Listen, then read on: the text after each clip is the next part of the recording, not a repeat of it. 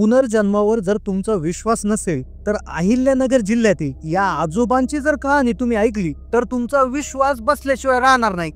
जेव्हा एका 70 वर्षाच्या आजोबांना त्यांची पत्नी जी 2 वर्षापूर्वी मृत पावलेली आहे ती स्वप्नात येऊन म्हणते की माझा पुनर्जन्म झालाय, पण एका दुसऱ्या राज्यात।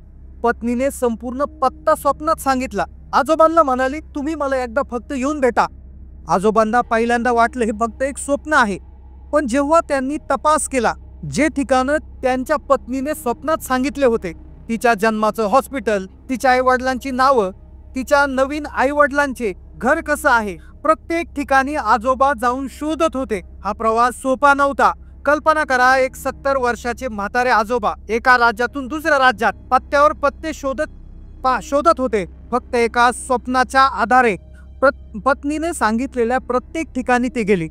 प्रत्येक नवीन ठिकाणी गेल्यावर त्यांना आश्चर्याचे मोठे झटके बसत होते। अखेर आजोबांनी तपास पूर्ण केला। खरंच त्यांच्या पत्नीचा पुनर्जन्म झाला होता का? जे पत्ते त्यांच्या पत्नीने स्वप्नात सांगितले होते, जे गाव, जे हॉस्पिटल, जे आईवडिलांचे नाव सांगितले, तिथं त्या पत्नीचा जन्म झाला होता, याचा संपूर्ण तपास आजोबांनी लावला। त्यांचा तो प्रवास अत्यंत थरारक होता, अविश्वसनीय होता। या आजोबांचा व्हिडिओ संपूर्ण इंटरनेटवर व्हायरल झालेला आहे। राज्यात तसेच देशात लाखो लोकांनी हा व्हिडिओ पाहिलाय, ज्यामध्ये एका वयोवृद्ध आजोबांनी आपल्या पत्नीच्या प्रेमाखातर एक अकल्पनीय प्रवास केला आणि पुनर्जन्माचं खरं रहस्य उघड केलंय। आता हा व्हिडिओ पाहिल्यानंतर तुमचाही पुनर्जन्मावर विश्वास बसल्याशिवाय राहणार नाही। माध्यमांना इंटरव्ह्यू देताना हे बाबा काय म्हणाले, आजोबांनी कशी सांगितली माहिती, एकदा ऐकाच। अहिल्यानगर जिल्ह्यातील एक छोटंसं गाव आहे। या गावात राहणारे रामचंद्र पाटील हे आजोबा वयाची 70 उलटलेले, पण मनाने मात्र अजूनही तरुण। त्यांचं आयुष्य अगदी साधं होतं। पत्नीसोबत त्यांचा संसार जवळपास 50 वर्ष होता। 2 मुलं आणि 2 मुली असा त्यांचा सुखी परिवार। पण सुमारे 5 वर्षापूर्वी त्यांच्या आयुष्यात एक पोकळी निर्माण झाली। त्यांच्या धर्मपत्नीचं निधन झालं। जीवनातील सोबती गेल्याने आजोबा एकटे पडले, पण त्यांच्या मनात पत्नीच्या आठवणीचा कवळसा कायम होता। 4 मार्च 2022 रोजी पहाटे 4 वाजताची वेळ आजोबांना एक स्वप्न पडलं। हे स्वप्न इतकं स्पष्ट होतं की ते खरं की खोटं याचा त्यांना क्षणभर संशय आला नाही। स्वप्नात त्यांना मृत पत्नी त्यांच्याशी बोलत होती। तिने सांगितलं माझा पुनर्जन्म झाला आहे, मी आता पुन्हा जन्मात आले आहे। आजोबांच्या काळजाला जणू कोणतरी हात घातला। त्यांना स्वप्नातच पत्नीने तिच्या नवीन जन्माची माहिती दिली। माझा जन्म कर्नाटक राज्यातील निपाणी शहरात झाला आहे, गांधी हॉस्पिटलमध्ये, पहाटे 4 वाजता, आणि मला नवीन आईवडील मिळाले आहेत। पत्नीने त्या नवीन आईवडिलांची नावही सांगितली। आजोबा खडबडून जागे झाले। त्यांना काय करावं तेच कळेना। हे केवळ स्वप्न आहे की सत्य याचा ते विचार करू लागले।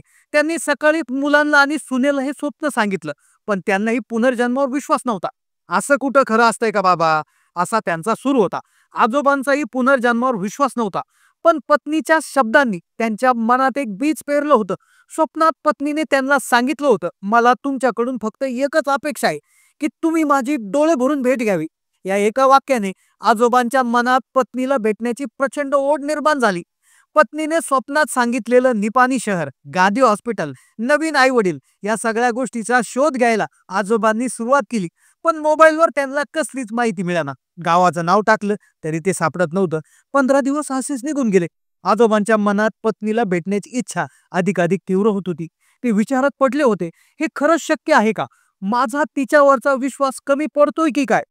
आजोबांच्या त्यांच्या गावातील फाट्यावर एक छोटंसं चहाचं दुकान आहे। तिथे ते चहा पाणी विकायचे। एक दिवस म्हणजेच मुलीचा जन्म होऊन 15 दिवसांनी 2 व्यक्ती त्यांच्या हॉटेलमध्ये चहा प्यायला आले। ते दोघेही बाहेरच्या राज्यातून आल्यासारखे वाटत होते। चहा पिताना त्यांच्यातील एक व्यक्ती दुसऱ्याला सांगत होती आम्ही अमुक गावाहून तीर्थाहून आलो आहोत। आजोबांनी हे नाव ऐकलं आणि त्यांच्या डोक्यात लख्ख प्रकाश पडला। हेच ते नाव होतं जे त्यांच्या पत्नीनं स्वप्नात सांगितलं होतं। आजोबांनी लगेच त्यांना विचारलं हे गाव कुठं आहे? त्यांनी सांगितलं कोल्हापूर पासून 30 ते 32 किलोमीटर अंतरावर कर्नाटक राज्यात। आजोबांनी कसं जायचं याची संपूर्ण माहिती घेतली आणि त्या व्यक्ती तिथून निघून गेल्या। आजोबाच्या पायाखालची जमीन सरकली। स्वप्न खरं होतं। नशिबाने त्यांना हा अकल्पनीय सुगावा दिला होता। त्यांनी तात्काळ मुलाला फोन केला आणि सांगितलं मला गाव सापडलं, मी आता निघणार आहे। आजोबांच्या या निर्णयावर मुलाने आणि सुनेने तीव्र विरोध केला. बाबा, कशावर विश्वास ठेवताय तुम्ही? इतक्या लांब एकट्याने कसं जायचं? तिथे तुम्हाला कोणी मारहाण केली किंवा काही धोका झाला तर कोण बघणार? त्यांचाच काय, आजोबाच्या पुण्याला राहणाऱ्या दोन्ही मुली आणि जावयांचा देखील पुनर्जन्मावर विश्वास नव्हता. जाऊ नका तुम्ही, असा त्यांचाही सुरू होता. पण आजोबा आपल्या निर्णयावर ठाम होते. काय व्हायचं ते होऊ दे, पण मला जायचंच. मी माझं ऐकणार नाही. पत्नीच्या प्रेमाखातर, तिच्या स्वप्नातील इच्छेखातर ते कोणत्याही संकटाला सामोरे जाण्यास तयार होते. त्यांची ही जिद्द पाहून अखेरीस कुटुंबातील सदस्यही त्यांच्या सोबत या प्रवासात सामील होण्यास तयार झाले. पुण्यात पोहोचल्यावर आजोबांनी चाकणला राहणाऱ्या मुलीच्या घरी मुक्काम केला. नातवाला त्यांनी त्या गावासाठी बस बघायला पाठवले, पण नातवाने बस ऐवजी एक सेपरेट गाडीच आणली. पहाटे 4 वाजता आजोबा, त्यांची मुलगी, जावई, नातू आणि त्यांचे सून असे 5 जण कर्नाटकातील त्या अज्ञात गावाच्या दिशेने निघाले. संपूर्ण कुटुंबाचा पुनर्जन्मावर विश्वास नसतानाही केवळ आजोबांच्या जिद्दी खातर ते त्यांच्या सोबत या अविश्वसनीय प्रवासाला निघाले होते. रात्रीचा प्रवास सुरू झाला. त्यांच्या मनात अनिश्चितता होती, पण आजोबांच्या मनात मात्र पत्नीला भेटण्याची आस होती. दुसऱ्या दिवशी संध्याकाळी 5 वाजण्याच्या सुमारास ते निपाणी येथील गांधी हॉस्पिटलमध्ये पोहोचले. संध्याकाळ झाल्यामुळे हॉस्पिटलमधील कर्मचारी बाहेर निघत होते. आजोबांनी एका कर्मचाऱ्याला थांबून आपली कहाणी सांगितली. सुरुवातीला कर्मचाऱ्यांनी त्यांच्यावर विश्वास ठेवला नाही. बाबा, तुम्ही काय सांगताय? असं कुठं असतं का? पण आजोबांनी त्यांना विनंती केली, फक्त तुमच्या रजिस्टरमध्ये नोंद आहे का ती बघा. मोठे डॉक्टर आतमध्ये होते. आजोबांनी डॉक्टरांकडे जाऊन आपली संपूर्ण कहाणी सांगितली. आजोबांच्या डोळ्यातील सत्यता आणि त्यांच्या बोलण्यातील प्रामाणिकपणा पाहून डॉक्टरही सुरुवातीला भांबवले, पण त्यांनी शिपायाला मार्च महिन्यातील रजिस्टर आणायला सांगितले. रजिस्टर उघडले आणि तिथे जे दिसले त्याने सर्वांनाच आश्चर्याचा धक्का बसला. 4 मार्च रोजी पहाटे 4 वाजता एका मुलीचा जन्म झाल्याची नोंद तिथे स्पष्टपणे होते. इतकंच नाही, तर त्या मुलीच्या आईवडिलांची नावाची नोंद होती. जी आजोबाने पत्नीच्या स्वप्नामध्ये जी सांगितली होती तीच, अगदी तीच. हॉस्पिटलही तेच, जन्माची वेळही तीच, आई वडिलांचं नावही तेच. हे पाहून डॉक्टर आवाज झाले. त्यांच्या पायाखालची जमीन सरकली. पुनर्जन्माचं हे अकल्पनीय गुपित उघड झाले होते. रजिस्टरमध्ये त्या मुलीच्या नवीन आई वडिलांचा फोन नंबर होता, कारण 15 दिवसानंतर त्या मुलीला घरी पाठवण्यात आलं होतं. आजोबांच्या मुलीने त्या नंबरवर फोन करा. सुरुवातीने त्या मुलीच्या आईने भेटायला नकार दिला. त्यांना या गोष्टीवर विश्वास नव्हता. असं कसं शक्य आहे? आम्ही तुम्हाला आमच्या मुलीला भेटू देणार नाही. पण नशिबाचा खेळ बघा, त्याच वेळी त्या मुलीची मावशी मुंबईवरून तिला भेटायला आली होती. फोनवर चालू असलेला संवाद तिने ऐकला. आजोबांच्या मुलीने त्यांना समजावले, आम्ही काही जादूगार नाही, चांगले लोक आहेत. आम्हाला फक्त एकदाच तिला भेटू द्या. आम्ही तुमच्या मुलीला घेऊन जाणार नाही. तुम्ही काळजी करू नका. मावशीने मग होकार दिला. अखेरीस त्या मुलीच्या आई वडिलांनी भेटायला परवानगी दिली.